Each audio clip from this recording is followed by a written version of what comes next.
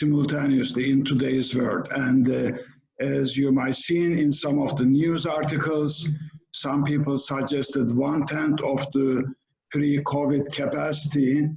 Some other suggested that based on the square meters of the places, a number should be obtained. And these are all very generic rules. And as you know, when you generalize like that, there are a lot of things left out. So we are going to really look into how can we take into consideration specifics of each museum space. And it is also important not only the space, but the resources available in the space in terms of kiosks, ticketing booths, if they are used, if it is used, online ticketing systems, staff requirements, etc.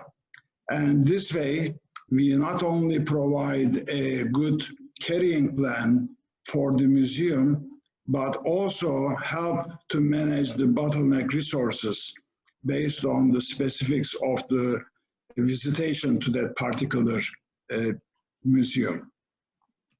And we are going to again see an example. I'd like to spend more time as we are seeing the animated simulation of a museum space.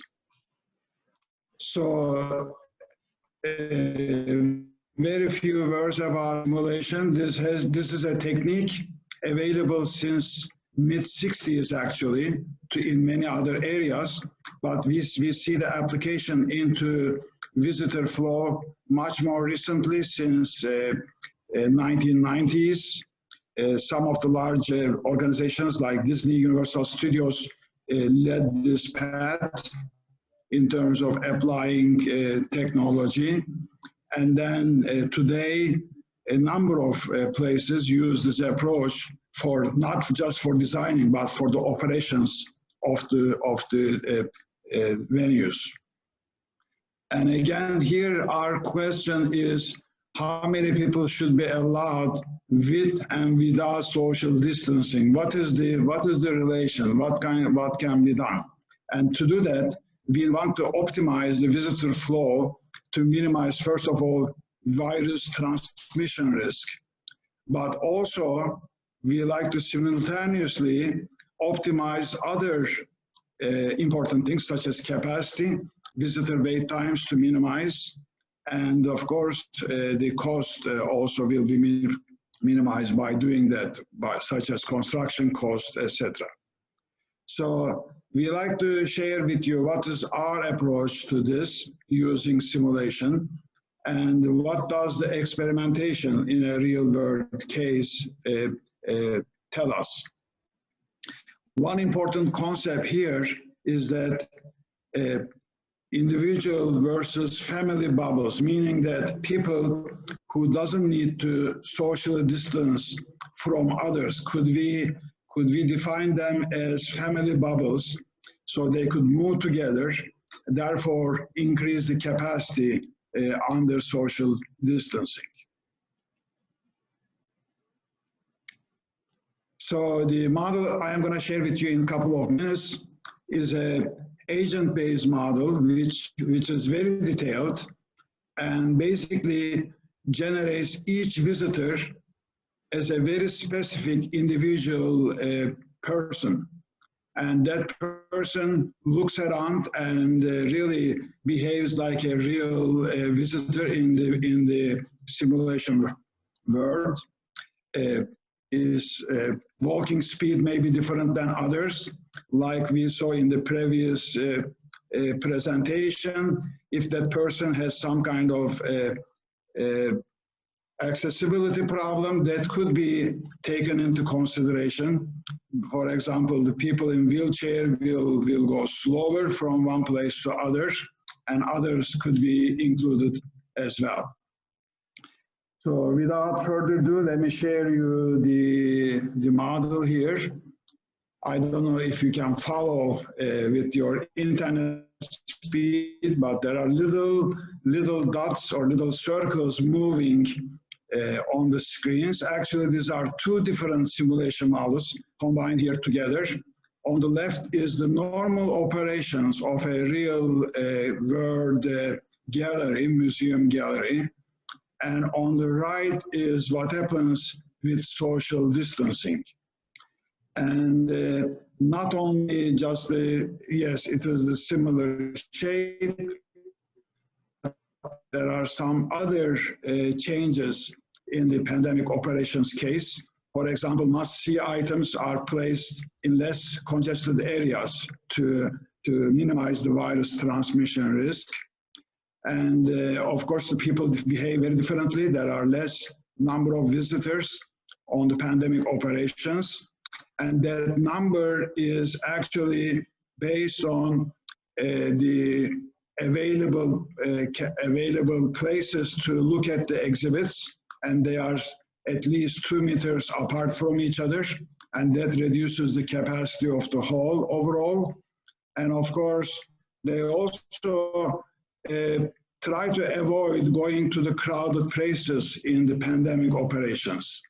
And even on the way there, they may avoid going into a crowded situation. So those are all considered under the pandemic operations. And as you can see, this is actually, we are not running this at the fastest speed. If we turn off the animation, we still obtain the statistical results behind it. And each simulated day could take literally seconds. So it is possible to make hundreds or even thousands of replications of these results, which provide us better statistical results, more robust statistical conclusions from the models. So in terms of what happened in this particular case, that give us some good ideas, normal operations pre-COVID versus under social distancing. The capacity of this particular place is reduced from 320 persons per hour to 110 visitors per hour. That is about 1/3. As you recall, it is not 1/10. So that 1/10 rule doesn't apply here. It doesn't mean that at every place this ratio will hold, but the simulation analysis give us much more accurate numbers like this. As expected, average time spent in the gallery is more, from 24 minutes to approximately 30 minutes, because people like to see more if there is less crowded, if there is less pressure to move one exhibit to other. And because of that reason that people try to go around each other, walking distance in the gallery is little more. And as expected, average delay to see an exhibit, sometimes people wait a few seconds to go to the next place. That is also little less than the normal operations. So very interesting that the simulation provides us with a very accurate picture of what could be achieved.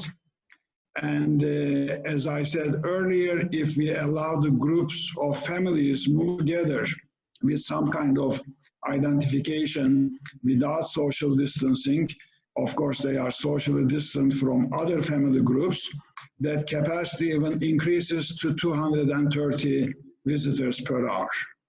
And again, I'd like to emphasize that if we apply the 1/10 rule, this museum would allow only 32 visitors per hour, which is quite low compared to what could be achieved to minimize virus transmission with 110 people.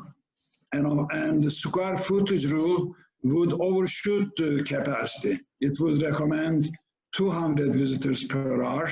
That's actually not a good thing, because it would increase people's getting the virus, getting closer to each other, because the people are not going to uniformly distributed throughout the museum space. There are going to be always more intensity, more congestion some places than the others. So again, this shows a heat map. This is actually the darker the color, where people intensity is more, the red areas more. And as you can see in the pandemic operations, some of the must-see exhibits are still visited quite a bit, but there is a less congestion overall under the pandemic operations. So again, the simplified generic capacity calculations really does not work. It is just a shoot in the dark. To be more accurate, one needs to use simulation modeling. There are some other techniques too, but simulation modeling is the most appropriate and most accurate. At least people need to consider specific museum layout, exhibit characteristics, relative location to other exhibits, size of the exhibits, viewing spaces, and most importantly, visitor preferences and behavior when calculating carrying capacity. Agent-based simulation modeling is the best tool, as I mentioned before, to really have a good handle on what could be provided to the visitors. And also it could be used to optimize the capacity with rearranging the exhibits, if that is an option for the particular museums. Number of museums these days have that flexibility to rearrange the exhibit locations. And if that is the case, that could help quite a bit. Again, as I said earlier, allowing family bubbles to move together in close proximity to each other, but away from the other family groups, could also increase capacity quite a bit. So I know there is not much time to take questions, but you can always email to us or send us your questions via the Zoom, and we will be very happy to answer to your questions. So this is basically my presentation. Thank you very much for your attention. Thank you very much, Ali. We have some time in our schedule for questions and answers to the end of our day. So if someone will send it, we absolutely will stay in touch and ask it to you directly. Thank you for the presentation. It was very interesting. Now we have to move to our second panelist, which is Gaia Turcetti from Italy.